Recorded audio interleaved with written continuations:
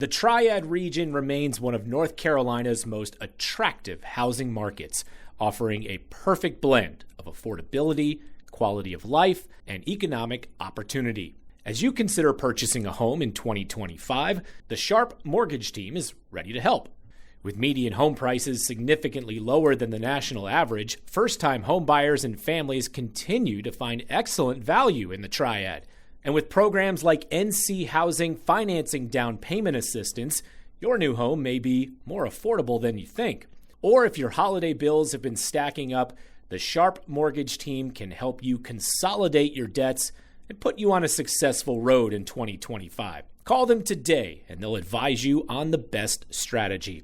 Call Ashley and the folks at the Sharp Mortgage Team at 336-575-9448 today for a no-obligation conversation that could be your best decision all year. Aggie Pride is not something that we just say. Aggie Pride is something that you live each and every day.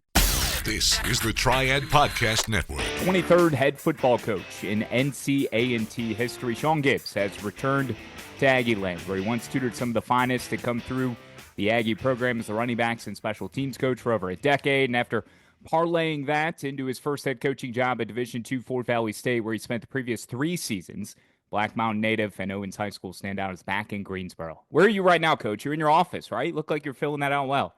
Yeah, I'm in my office. My wife and son they'll be up later on in the month on the 20th, but I've been here for over a week now. So I'm excited to be back, ready to get things going. What are some of those pictures? We're speaking over Zoom. What are some of those pictures over your shoulder? What do you got presented on the shelves? Well, those are pictures of some of the former players around here. It's Larry Raper. He was a player when we first got here. He's out of Shelby. This picture right here is actually a picture with Coach Jones in it. Our defensive coordinator, Coach Denzel Jones, played for us here, and now he's back as the defensive coordinator. All these pictures were here when I think when Coach Washington was coaching. Only thing I've added, I got a Legacy Bowl helmet up there and a card from when Tariq made All-Pro. That's my additions to the office. Well, I do want to ask you about Tariq, but we'll save that for the end of the interview because you're talking to a diehard Chicago Bears fan. So okay. You look like you're filling out the office well. The nice thing is you don't need anyone to show you around campus. You were officially introduced as the head man a week before Christmas. Describe the emotions, the whirlwind, the past month, and the throes of the holiday season and the joy attached to coming back to A&T. Yeah, it's been hectic. When I first got the news and was offered a job, of course, I was super excited to come back home to A&T and to the state of North Carolina. I'm a North Carolina native. And like you said earlier, I spent over a decade here at A&T, so it's got a special place in my heart. So when I was presented the opportunity, I was ready to get going. And now that we're here, we're ready to get things started. This process has been very hectic. I couldn't enjoy I'm not going to say that. I didn't enjoy my holidays like I typically do, just spending it mainly focused on my family. We were trying to get our staff together. I was trying to get all my paperwork and stuff in. So it's been a little hectic, but it's worth it because, that's the price you got to pay. Well, the process itself, it wasn't just AD Earl Hilton stumping for you. Former players like Tariq Cohen, Rondo Hunt, Mac McClain, countless others campaigned. An impassioned fan base endorsed you. And the media was quick to provide their stamp of approval as well before the hire was even made official early last month. You had been tied to another prolific HBCU vacancy before, but remained at Fort Valley State. What made this opportunity and experience different for you and your family this time around? Well, this was just an opportunity that I couldn't pass up. Like I said, I have a lot of ties here, a lot of history. We've done some great things.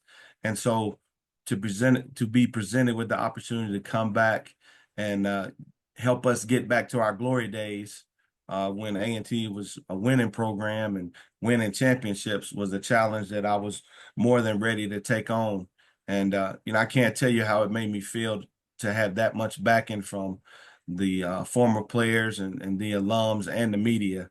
So, it's just a great opportunity here. We know we have a lot of work to do, but we're up for the challenge.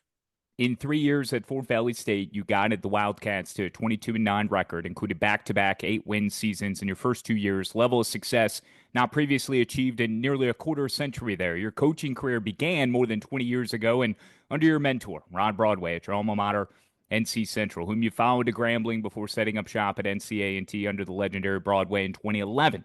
Let's talk about Rod. I imagine the impact he's had on your life professionally, personally, it's hard to quantify. Yeah, it really is. And, I'm just blessed to still have a relationship with Coach Broadway. I talked to him last night. Um, and the impact that he's had, probably he's had the largest impact on my life, probably outside of my father, of any other man. And, I was able to work for him for 14 years and just watch how he carried himself, the way he conducted his business. And I learned a whole lot. And so, when people hear me talk, they're going to hear me use a whole lot of Coach Broadway isms because that's what I know and that's what I believe in. And I'm just so appreciative of Coach Broadway. But, not only Coach Broadway, Coach Hayes, who's also a legendary coach here, Coach Bill Hayes, he gave me my start in the business. And I've been able to maintain a relationship with Coach Hayes. So during my time at Fort Valley, part of my success is due to the fact that I could pick up the phone and call Coach Broadway and ask for some advice, and call Coach Hayes and ask him how he handled a certain situation. And same with Coach Washington. And, my plan is to make sure that we have all of those guys involved here at A&T. Is there anything specific or that you're willing to share what maybe Ron Broadway and maybe Coach Hayes has shared with you in the past that really sticks with you? I know there's those Broadway isms, if you will, and we'll get to that because you brought that up in your introductory press conference. But when you got this job, when it became official, was there something maybe that Broadway told you then that certainly you want to be able to execute or put into action that you take to heart? Although he has a lot of isms, it's not really what he says, it's how he conducted his business that I've taken to heart. And I think the first thing is the accountability that's involved in his programs. Number one, in order to hold other people accountable, you got to hold yourself accountable. And he always did that. And I'm trying my best every day to make sure I'm holding myself accountable. And then from there, you got to hold everybody else accountable and make sure that they're living up to the standard each and every day and that they're fighting for our culture. And if we can do that and get our assistant coaches fight for our culture every day, then it'll roll downhill and they'll get our players to fight for our culture every day. And then once you get everybody in the program on the same page, then it's hard to stop. Walk like, talk like, act like a champion, something certainly that you echoed in December when you were introduced. And you talked about the glory days. There were 5 MEAC titles I believe you were a part of in all, which included when Sam Washington took over the program's reins in 2018. Celebration Bowl wins, Black College Football National Championships. The Aggies have won 7 of those all time. All the individual accolades, too, you helped to enable for Aggie superstars, some of who were able to forge careers in the NFL, either on the field or in the front office. There's a certain Aggie standard that you're hopeful to resurrect. Right, absolutely. The history at A&T is really second to none, and it goes back a long way. In 1951, Coach Jackson, who was one of my coaches at North Carolina Central, Robert Stonewall Jackson, was the first player to be drafted into the NFL from a HBCU. And then you've got people that have been involved in this program, like Jesse Jackson is a former Aggie football player. You got Brad Holmes, like you mentioned, who's a general manager. You got Elvin Bethea, who's in the NFL Hall of Fame. Jermaine Stevens was a first-round draft pick. Dwayne Boyd was a Super Bowl champion and an NFL coach. And then, the recent guys like Tariq Cohen, who was a All-Pro and a 4th-round draft pick. Brandon Parker, a 3rd-round draft pick. Daryl Johnson left early and was still drafted in the 6th round. So the legacy of athletics at A&T is second to none. But, our main focus is to make sure that our guys are understanding how to carry themselves like Aggie men, because that legacy is even more impressive than anything we can do on the football field. And there's a little something called Aggie Pride attached to that also. Not a term thrown around lightly. I've learned in my years since leaving Illinois and coming to North Carolina and aligning myself with the Aggies, whatever it may be, filling in, calling games, or helping to tell stories of certain athletes and coaches such as yourself and here today as part of the Triad Sports one-on-one. Not a term taken lightly, and folks are Right. anticipating you're here to help restore that. Define, if you could, what exactly is, though, Aggie Pride and that level of responsibility you might shoulder in reigniting it. Yeah, Aggie Pride is not something that we just say. Aggie Pride is something that you live each and every day. And Aggie Pride is what's going to help these guys become successful. And that's just taking pride in representing your family, representing your university, and understanding that we're all standing on the shoulders of giants.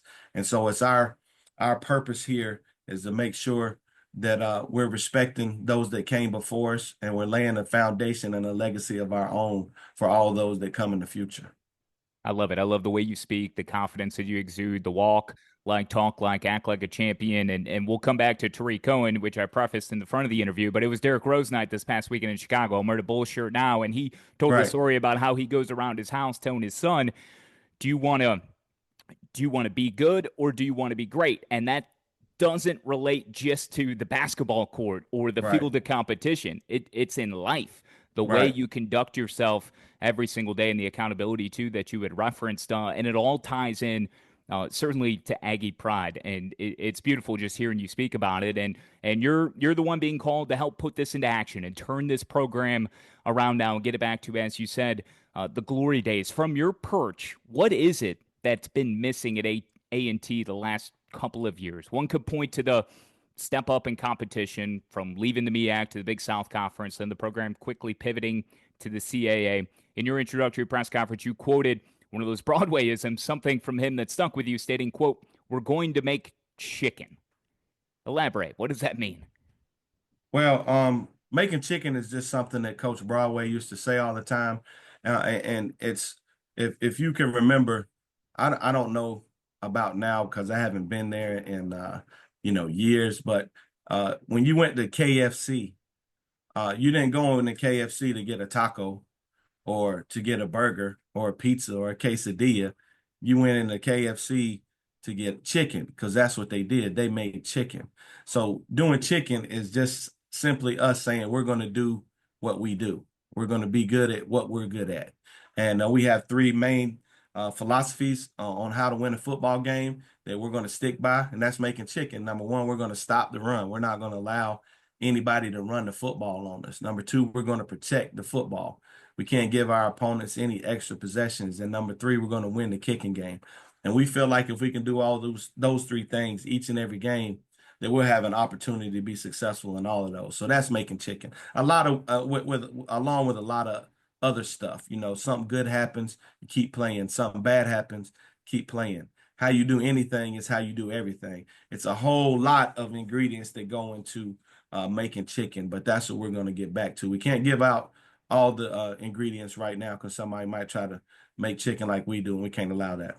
Well, a lot of it too is just being better at it than other teams, right? The discipline, the playing fast and physical, things you've spoke about too in the last month, playing with a chip, having that controlled edge, things certainly that you want to emphasize with this team. That is identifiable on the field, no doubt. But Shawn, I'm curious, how do you navigate the challenges in roster building and at HBCU during the times of a raging transfer portal and NIL? Right. Well, that's a tough thing, and I think that's the thing that we're all trying to figure out. So my approach right now is I want these guys to understand that I support them, and that's in anything that they want to do. When I was coming up, our main goal was to go to the NFL. If you were a football player, that was the ultimate goal, to go to the NFL. So no matter where you landed out of high school, guys still believed that they can make it to the NFL from that institution. And I still believe that here. But, in today's world, guys have an opportunity to going into the transfer portal and chasing some money is something that they think they need to do in order to help their family out, then I fully support that. So what I'm asking guys to do is just be fully invested while you're here. and make your purpose to be make A&T better than it was. And if everybody does that, then whatever decisions are made in the future, we'll be able to get past it. But that's just honestly, that's just the landscape that we live in right now, where you never know what your team is going to look like from year to year. There's probably never going to be another class, at least on the FCS level, really probably anywhere where, it'll be a whole bunch of guys that play together for 4 years. So, our main goal will be to try to keep the guys that want to be here, keep them here, develop them into better men and help them become better football players. And then from that, just deal with it, let the chips fall where they may. I don't think that we'll have a hard problem attracting good players here at A&T. So when guys leave, that transfer portal, it goes both ways. When somebody leaves, somebody else is coming in. So we'll be fine. We just got to find out what's the best way for us to function in this new market. And for me, the biggest thing is trying to keep our players out of the transfer portal. Because in today's world, whenever you get a guy that becomes really successful and plays at a high level, it's a good chance that people are going to go and try to steal them from you. So I'm hoping that there's some type of regulation in the near future that can prevent guys from doing things the wrong way. Now, I don't have a problem if a kid enters into the transfer portal, and of course other schools recruit them. But when guys are contacting your players during the year, that's not right. That's not what this game was about. That's not how a lot of us coaches were raised in this profession. So they got to eliminate that. It's time to get serious about your financial future. It's never too early, but it could be too late to get started. And that's oftentimes the hardest part, getting started. How much do I save? Where do I invest? Do I save for college or retirement? How much for each? And who do I talk to about it all? Okay, we'll keep things simple for now and help you answer the last one. We recommend you begin with a local financial advisor, and that's Jennifer Johnson of Three Magnolias Financial Advisors. She'll sit down with you for a complimentary introductory consultation and go over all of your questions.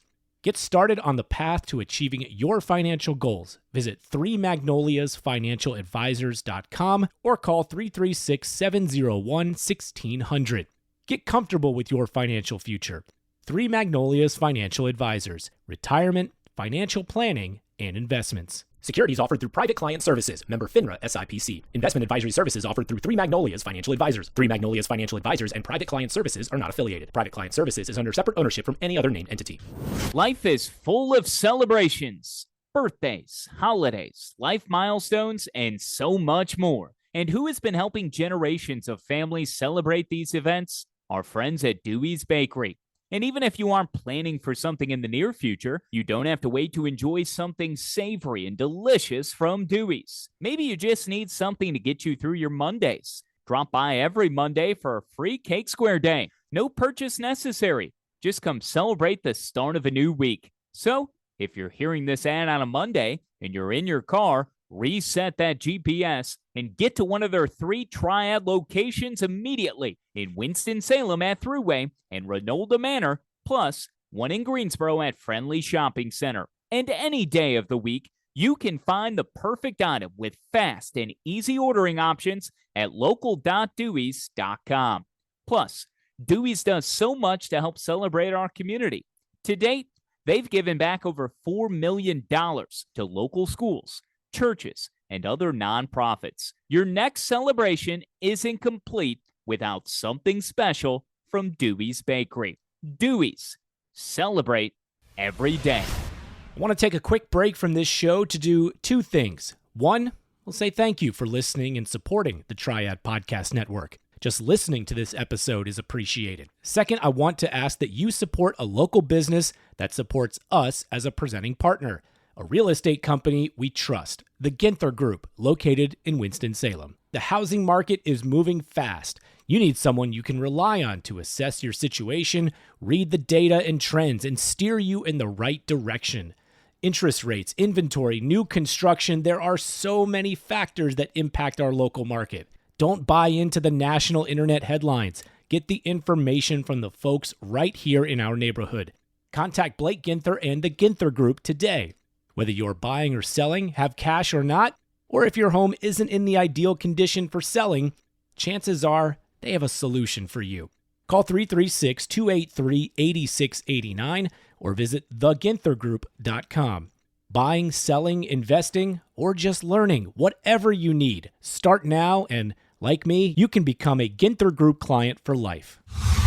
I feel like it's very overlooked, though, that it goes both ways. You know, it can be something that you can leverage to your benefit. You know, certainly the functions of the current system as well. I mean, that's the way you got to look at it. You got to embrace it, right? Nothing's going to change at this moment. So how does NC A&T use this to their advantage to help furnish a team that competes at the level it once did? And that's what you've spoken to. Let's handicap the schedule for your first season.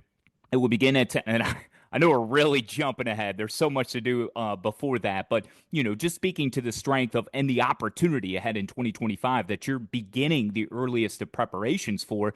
You've got Tennessee State starting on August 30th, team led by head coach Eddie George. There's next a trip to your lone FBS opponent on the 2025 schedule before opening the home slate at Truist Stadium. By the way, the FBS opponent trip to Central Florida.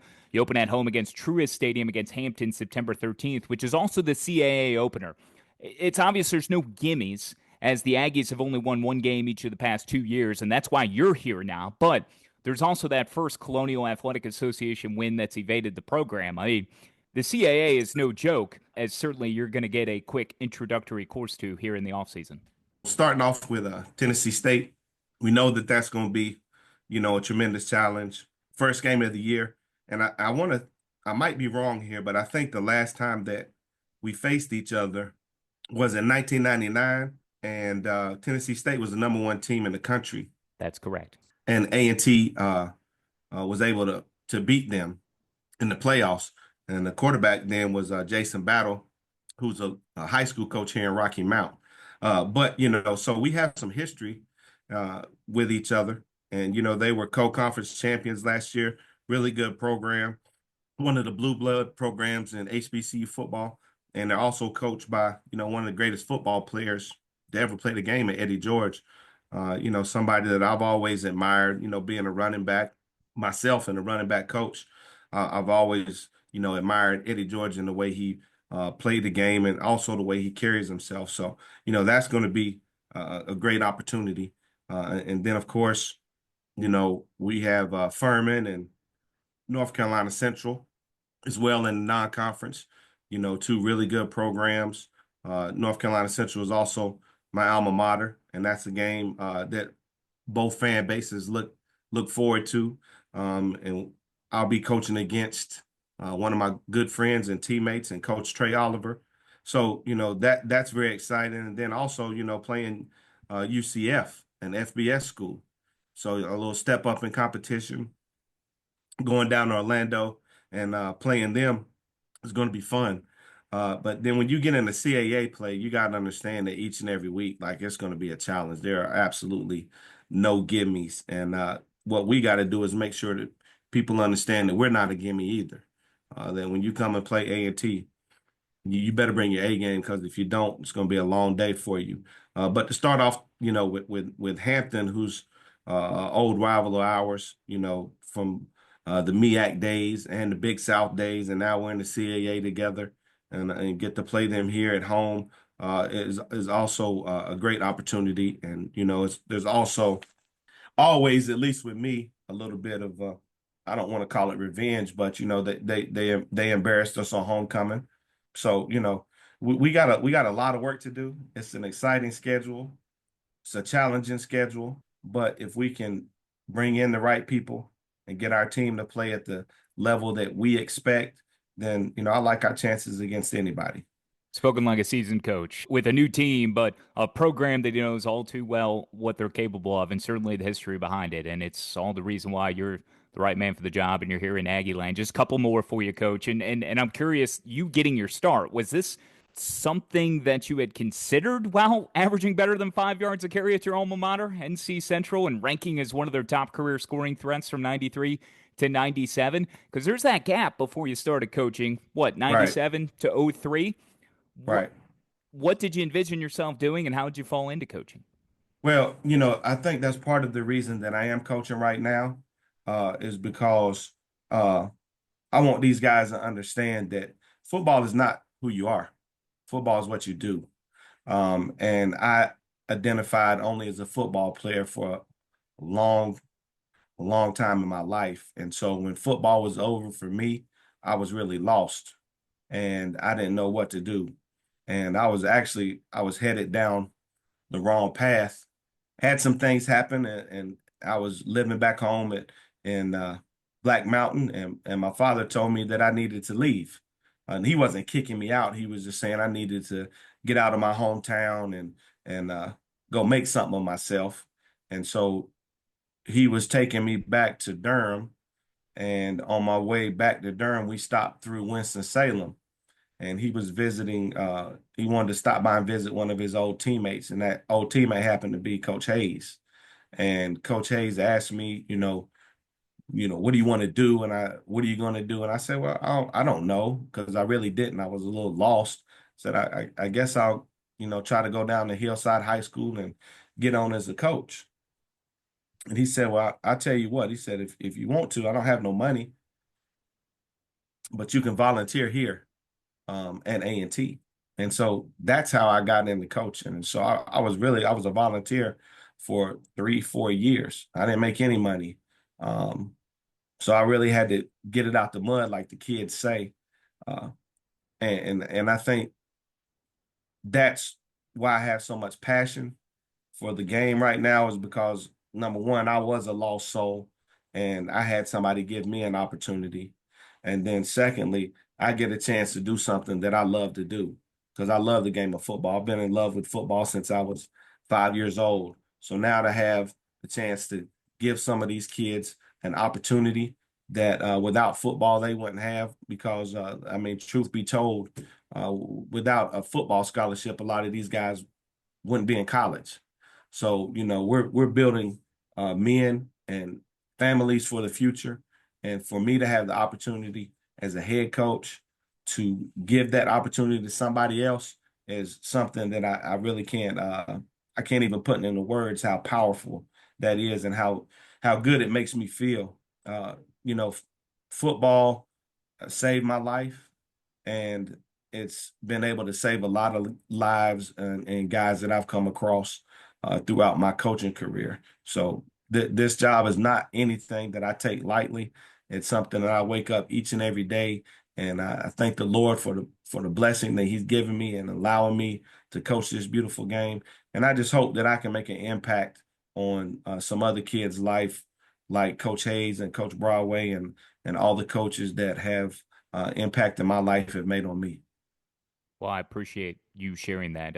Certainly a powerful response, heavy answer, romantic, all of that. I mean, it's amazing, the connection there, and why you continue to do what you do and fight for these kids, and because what the past has provided for you, and that's an opportunity through football, and that's a very real thing for kids out there that need it, and you're helping to mold them not just into good football players, but men, men that they can operate, hopefully after football at some point as well, and you're helping to groom them. Thank you. Now, last thing here, Shawn, among the all-time greats you've had the privilege to coach at A&T, there's one in particular, former player of yours, I have to ask about, and again, my Bears fandom will permeate intensely as you answer this one. How special, and I had him on my local show back when I was doing local radio, SJS, when he had gotten drafted in 2017 in the 4th round. Tariq Cohen, how special was that 3-time MEAC Offensive Player of the Year? There's nobody like him. Greatest player that I've ever had, that I've ever seen or had the opportunity to coach. But the thing about Tariq that I don't think a lot of people understand is he's even a better person. As great a player as he is, or as he was, he's an even better person. And I think what makes Tariq unique is his passion. Not only passion for playing the game, but he had a real passion on his family and his teammates.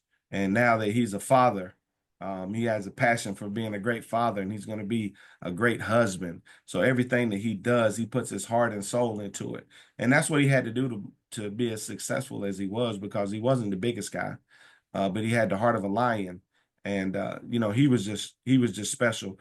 Without a doubt, the best player that I've ever been around or had the opportunity to coach. And, I've coached quite a few. But, now, a lot of these guys in the program are going to get an opportunity to be around him. And, his spirit is infectious. So he's going to be involved with the program without a doubt. And he looks forward to it. He was in the office today. We were in here talking to Kevin White, one of our quarterbacks, and Tariq and I were telling old war stories, and Kevin was just soaking it all up. So I know that that's going to be something that's really going to impact the guys in the program right now. But not only Tariq, a lot of the older guys are going to, or the old school guys will come back in the program, and then they can start understanding what Aggie Pride is really about. I wish that the world would have really got a chance to see how good Tariq was. He had a good career in the NFL. Sure. I mean, he was Very a short-lived. first team All Pro, but it wasn't long enough. And I just know that they really didn't even get a chance to see what he could really do. But we did here at A&T, and we cherish those memories. Yeah, he left as the Aggies' all-time leading rusher, 5,619 yards, broke the single-season rushing record at A&T, 1,588 one season, four-time All-MEAC, first-team selection, earned numerous All-American honors en route to being drafted in the fourth round again by the Bears in 2017. He was the first time to win back-to-back-to-back 3 times in a row, offensive player of the year, right, in school, and then Right, he did it all 4 years. right, It's right, just right. unbelievable. And I'm That's not here to break any news, but you're saying Tariq Cohen is going to have a part in this program, whether it's a title or something else. He's going to be around along with a lot of other former Aggies to help bring this program back to life. Yeah, absolutely. Okay. That's going to happen. Tariq doesn't want to. He doesn't want to coach, Yeah. but he wants to. He wants to be involved in the program, and so he's gonna be involved in our football program. And I think there's some stuff in the works for him to be around for all of the athletes. I when he and I talked, we were trying to get something going in a player development role, so he could help prepare these guys for life after football, because he cares about that too. And now that's what he's dealing with. And we all understand that no matter who you are, one day football's coming to an end. Tom Brady had to find something else to do. So I had a coach. I had a coach in college that used to tell us that one day football is going to break your heart. For some people, it starts in high school because you can't go to college and play. And then for others, it breaks your heart after college football. And then even for the guys that get a chance to go and play in the NFL, it's going to break your heart. So you have to prepare for life after football. So to have Tariq around in a player development role, and have these guys get prepared for life after football will be tremendous for us here at A&T. Shawn, this has been an outstanding visit. I appreciate so much the time that you've given us here on Triad Sports One-on-One. Anything you'd like to share one final time as we sign off here for folks listening who are either fans of the Aggies, new to the program, maybe they've never followed them before, but for those here in the Triad in Greensboro and Winston-Salem, High Point, and beyond, wherever this may get picked up, would be your final message for those of Aggieland? We appreciate the support from everybody in the Triad, but I want to in particular talk to people in Greensboro and those that are not associated with North Carolina A&T. We're the only Division I football program in the city, so we'd love to have the support of everybody. Come out and check us out. We're going to play an exciting brand of football. We have a great university. It's a great atmosphere. So we'd like to get the whole city out for all our games. We want to pack the house each and every week. So you don't have to be an Aggie to come enjoy Aggie football. And you don't have to be an Aggie to come and experience Aggie Pride. So we want all of the Triad and all of Greensboro to come out and check us out this fall on the corner of Sullivan and Lindsay. Yeah, it's Truist Stadium. They could pack that more than 21,000. I think it could fit in there. So we let's can see. fit 21,000. Yes. With this big city, we can get 21,000 in there every week. That's what we need. All right, Shawn, thank you so much. It's been a blast. I appreciate you joining me here today. All right, thank you. Hey, thanks for listening to this episode on the Triad Podcast Network. Our mission is simple: provide information, advice, and stories about the people and places that make the North Carolina Triad such a great place to be. You can find us by searching Triad Podcast Network on Apple Podcasts, Spotify, pretty much wherever you like to listen. If you like what you heard and want to support the show and those that contribute, we would truly appreciate a rating and review on your favorite podcast app. It helps spread the word along, as do your shares on social media. You can find us on Facebook, Twitter, Instagram at Triad Podcast. To get in touch with us, simply email info@triadpodcast.com. Thanks for listening. This is the Triad Podcast Network.